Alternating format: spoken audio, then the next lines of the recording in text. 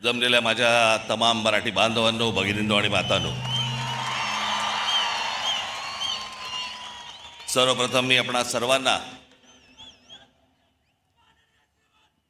गुढीपाडव्याच्या मराठी नववर्षाच्या मी मनपूर्वक शुभेच्छा देतो.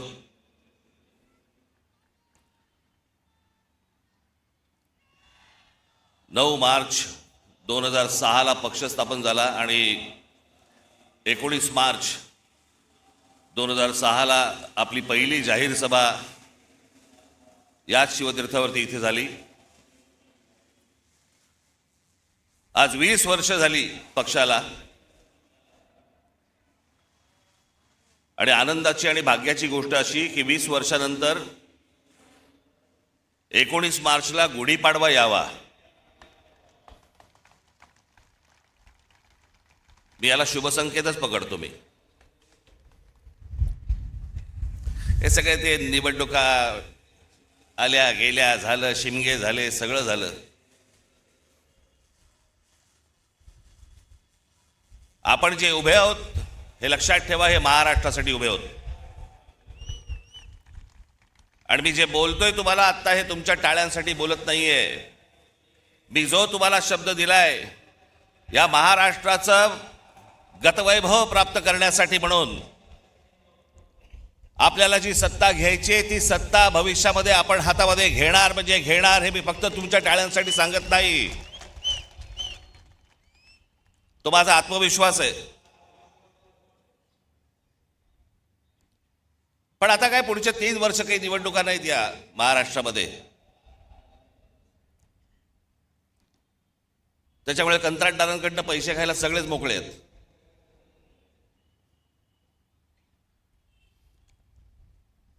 आज देशातही एक धाकधूक सुरू आहे, भीषण परिस्थिती आहे. गॅस मिळत नाही आहेत. नेहमी नॉर्मलला असणारी लोक सध्या गॅसवर आहेत.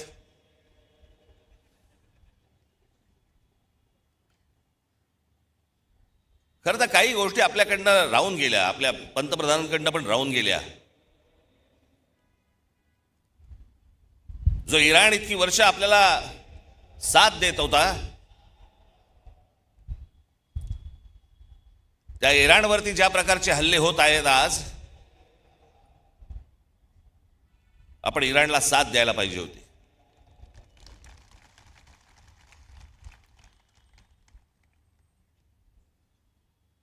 या देशामध्ये येणारं सगळं बरचसं तेल हे इराणमधनं येतं. ते आपल्याला रुपयामध्ये देतात,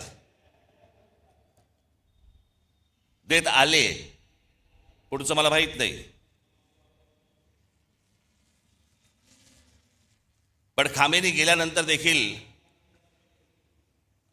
आपल्या देशाच्या पंतप्रधानांनी कुठचंही निषेधाचं एक स्टेटमेंटही काढलं नाही. हल्ल्यावरती कुठचं स्टेटमेंट काढलं नाही. जो देश आजपर्यंत जम्मू काश्मीरच्या प्रश्नावरती देखील आपल्याला पाठिंबा देत आला, भारताला पाठिंबा देत आला, त्यांच्या मागे आपण आज अडचणीच्या काळामध्ये उभे राहिलो नाही, याचा त्रास निश्चित भविष्यात होणार आपल्याला.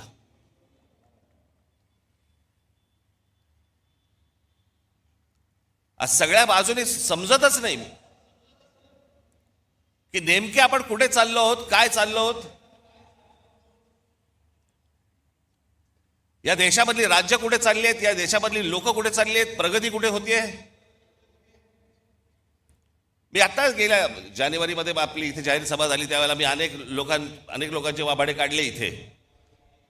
आपण पण किती अडाणी आहोत हे पण सांगितलं.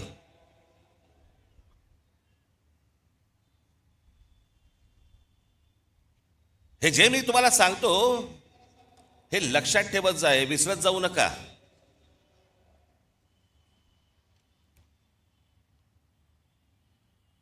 आज फुरसतीत आलायत ना,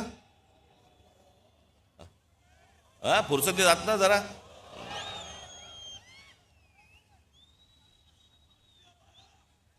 काय उद्या 12 वाजे मी एकट्याने भाषण करत बसायचं. तुला काय बसून ऐकायला.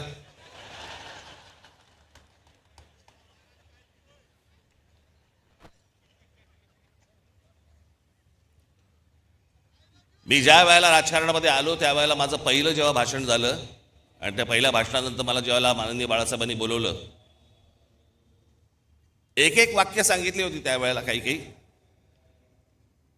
जसं स्क्रू फिट व्हावा ना तशी आतमध्ये गेली ती वाक्य. त्यावेळेला त्यांनी मला सांगितलं होतं की भाषण जेव्हा करशील तेव्हा एक गोष्ट लक्षात ठेव, काय बोललो याला महत्व नाही, आज तू येऊन त्यांना काय दिलंस याला महत्व आहे. समोरच्यांना विचार करायला काय दिलंस. आणि मी नेहमी एक भाषण करताना माझ्यावरती एक मानसिक दडपण पण असतं की मी आज काय तुम्हाला देऊ, काय सांगू तुम्हाला, नवीन काय देऊ, ज्याच्यातनं तुम्ही विचार करायला लागाल. हे सरकार विचार करायला लागेल.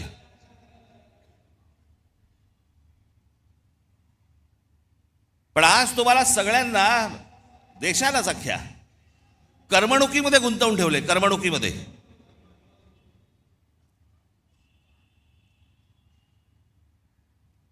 IPL चालू आहे, मग अजून कुठचे पिक्चर येत आहेत, मग ते हाऊसफुल जात आहेत, मग टेलिव्हिजनवरती.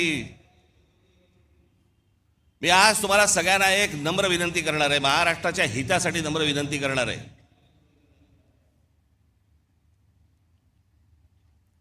पहिल्यांदा त्या मोबाईल फोनच्या इंस्टाग्राम मधनं बाहेर या.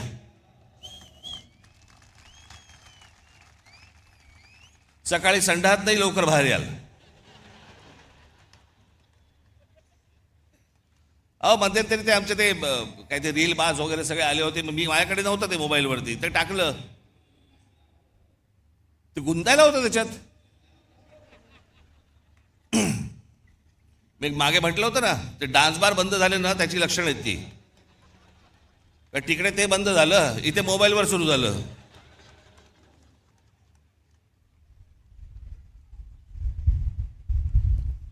हे मी तुम्हाला का सांगतोय, कारण तुम्हाला गुंतवून ठेवले आतमध्ये.